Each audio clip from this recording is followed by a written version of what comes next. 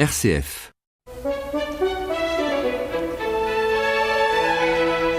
Vie des chrétiens nivernais. Aujourd'hui, jeunesse et formation. Monseigneur Braque de la Perrière, bonjour. Bonjour Marie-Odile. Bonjour à chacun de vous qui nous écoutez. Nous avons déjà entendu parler d'évangélisation déjà depuis plusieurs mois.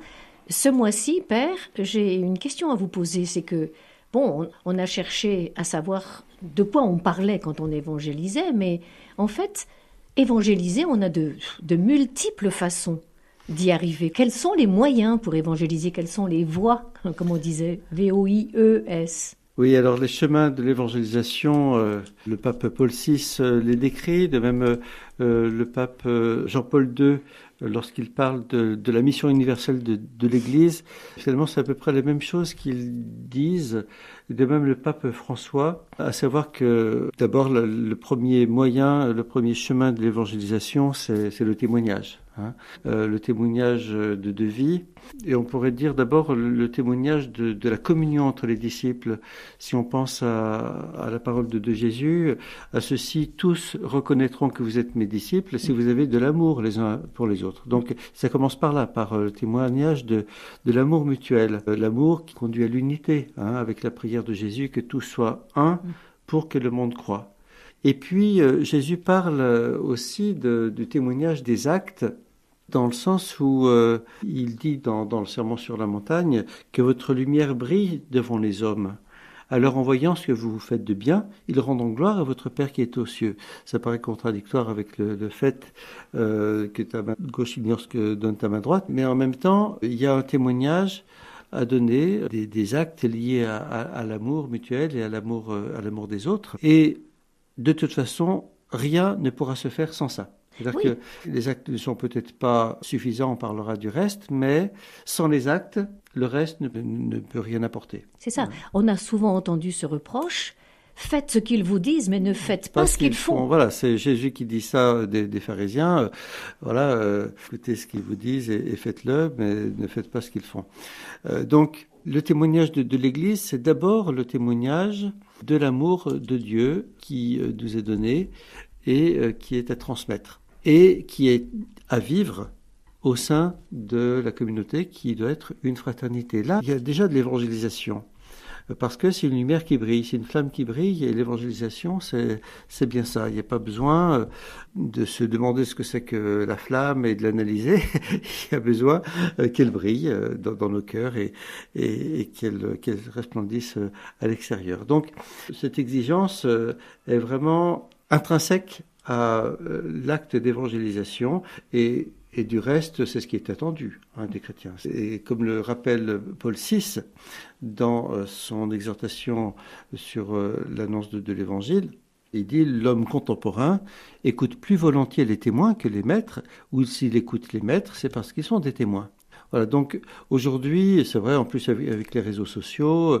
tout ce qui est magistère, tout ce qui est autorité instituée, ça ne marche pas. Ce qu'on entend, c'est l'autorité naturelle et l'autorité que donne l'expérience. Or, le christianisme est d'abord affaire d'expérience de la rencontre du Christ et expérience de la vie dans le Christ. C'est de ça qu'on a à témoigner. Et je pense que c'est ce qui peut vraiment porter du fruit. Alors, il y a une parole qui est une parole avec un P majuscule dans l'Église. Cette parole-là, on ne peut pas l'entendre autrement qu'avec des témoins qui ont de l'expérience et qui nous l'expliquent. Voilà, la parole elle doit être portée par des témoins vivants, par des personnes qui personnifient cette parole, enfin qui l'incarnent, on peut le dire. Autrement, la parole ne sera que des mots. Alors, pour autant, il ne faut pas opposer le témoignage de vie et le témoignage des mots, de la parole. Parce qu'il y a une parole à annoncer. Et dès les Actes des Apôtres, dès la Pentecôte, eh bien, il y a clairement l'annonce de la résurrection du Christ. Et il y a tout le récit, toute cette sorte de catéchèse ou de relecture de l'histoire d'Israël à la lumière de la résurrection du Christ pour montrer l'actualité du salut dans le Seigneur Jésus. Et donc les mots, bien, sont importants, mais ils doivent être joints aux actes. L'annonce de la parole, elle se fait de plusieurs manières. C'est-à-dire qu'il y a cette première annonce qu'on voit dès les Actes des Apôtres et finalement qui se poursuit tout au long de l'histoire de l'Église avec les différentes missions. Il y a une première annonce. Alors encore une fois, cette annonce, elle ne se fait que après avoir manifesté en quoi consiste cet amour qu'on annonce et ce Dieu qu'on annonce. Et donc les missionnaires ont toujours d'abord servi les pauvres et fait du bien. Et comme Jésus qui passait en faisant le bien. Et c'est de ça qu'on doit retenir d'abord du missionnaire, de celui qui annonce l'évangile, c'est qu'il fasse du bien. Et alors, il peut porter une parole, voilà, au nom de qui il agit, qui il annonce, qui est dans son cœur. Et voilà la première annonce, la première évangélisation. Et puis, il y a cette annonce de la parole qui se fait à différents niveaux, à travers la catéchèse des adultes, des jeunes, des enfants, la catéchèse qui se fait aussi à l'intérieur même du catéchuménat, parce que celui qui se prépare au baptême, il reçoit dans le même temps une catéchèse.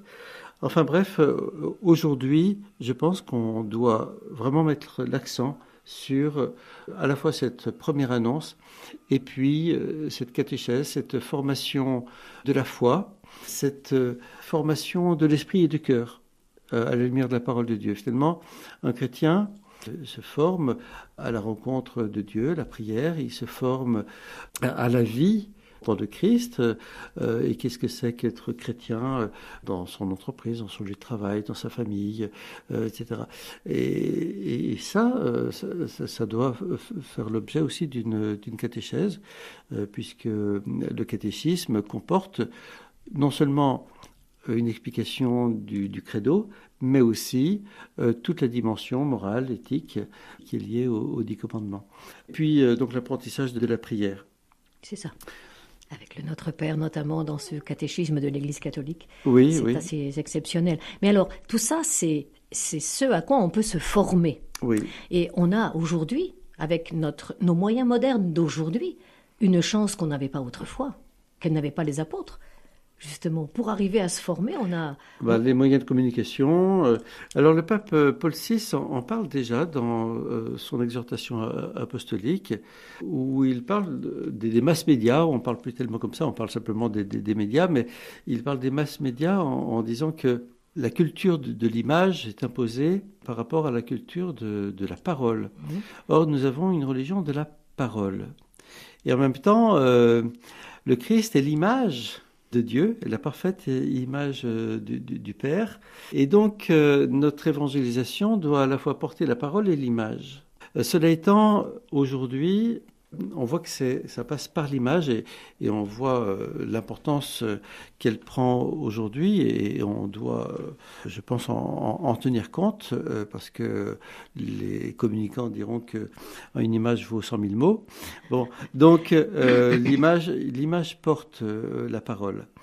Mais le pape Paul VI dira qu'on ne remplacera jamais la parole elle-même.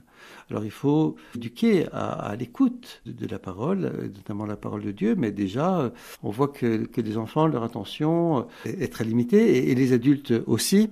Donc il y a un art de la parole qui doit être toujours travaillé. Mais ça passera toujours par la parole.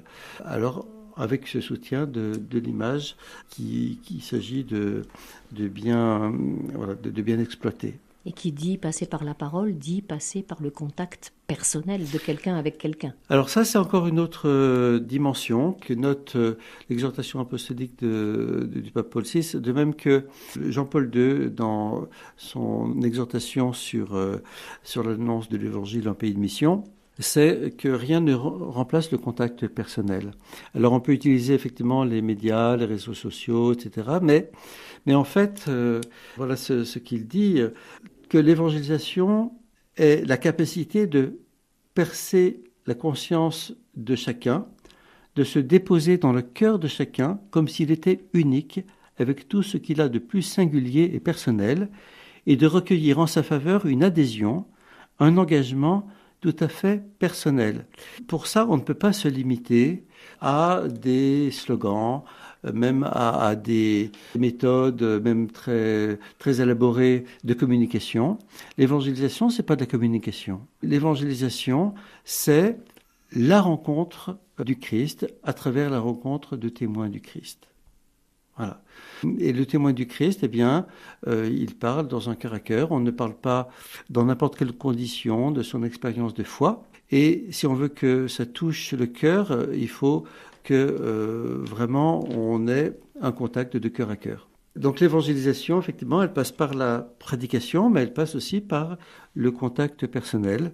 Alors elle passe également par tous ces lieux où on est en contact les uns avec les autres. Je pense que les chrétiens doivent être vraiment présents dans tous les lieux de vie et ne doivent pas avoir peur de témoigner auprès de leurs proches, ceux qui travaillent avec eux ou leurs voisins, de ce qui les anime, mais à travers la qualité d'une rencontre. Et dans une relation d'amour, parce qu'effectivement, l'évangile doit être porté par l'amour, puisque Dieu est amour. Le Dieu d'amour doit être annoncé dans l'amour, avec amour. Et en même temps, dans une certaine qualité de vie. Exactement. Et finalement, les gens nous regardent et nous interpellent sur le rapport entre notre témoignage de nos paroles et notre témoignage de vie. Alors, l'évangélisation se produit aussi par les sacrements. C'est-à-dire que l'évangélisation est une transformation de toute la personne par le Christ. Et le Christ passe par les sacrements. Et donc l'évangélisation doit conduire au sacrement. Jésus est le chemin, il est la vérité, mais aussi il est la vie. Et l'évangélisation conduit à donner la vie du Christ. Et puis il y a ce point qui paraît étonnant à côté des autres, que soulignent les différents papes, que ce soit le pape Paul VI ou le pape Jean-Paul II par exemple, ou même le pape François, de la piété populaire. Finalement, on part de ce qui est culturel et de ce qui est lié aussi au cœur, parce que la piété populaire, elle est rattachée à la sensibilité des personnes, des peuples. Et donc l'évangélisation ne doit pas nier ce qui fait un petit peu la fibre des cultures de chaque peuple. Oui, parce qu'en fait, en ce moment, on se rend compte que ça marche bien. Oui.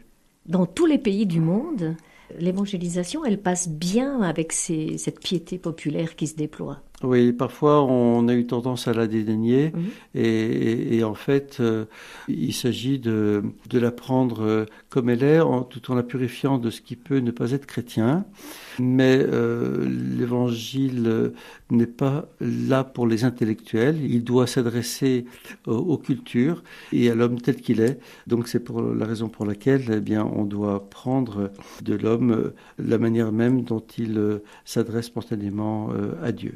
Voilà, il faut qu'elle soit bien orientée, mais en fait, vraiment, c'est une soif de Dieu qui se dégage de cette piété naturelle. Oui. Et puis, finalement, on s'en réjouit tellement. Je pense que l'Évangile enrichit des traditions populaires et les traditions populaires, eh bien, enrichissent aussi le langage de l'Église et l'expression de sa foi.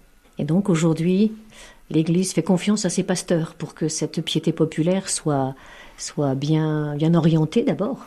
Oui, oui, bien sûr. Alors, il faut voir ce qu'on entend par piété populaire, hein, mais là, le pape pense à des traditions peut-être qui peuvent être très différentes selon les pays. Et puis, il y a des dévotions qui sont développées en marge de ce qui est l'enseignement traditionnel de l'Église, mais finalement qui le rejoignent complètement. Je pense à la prière du rosaire.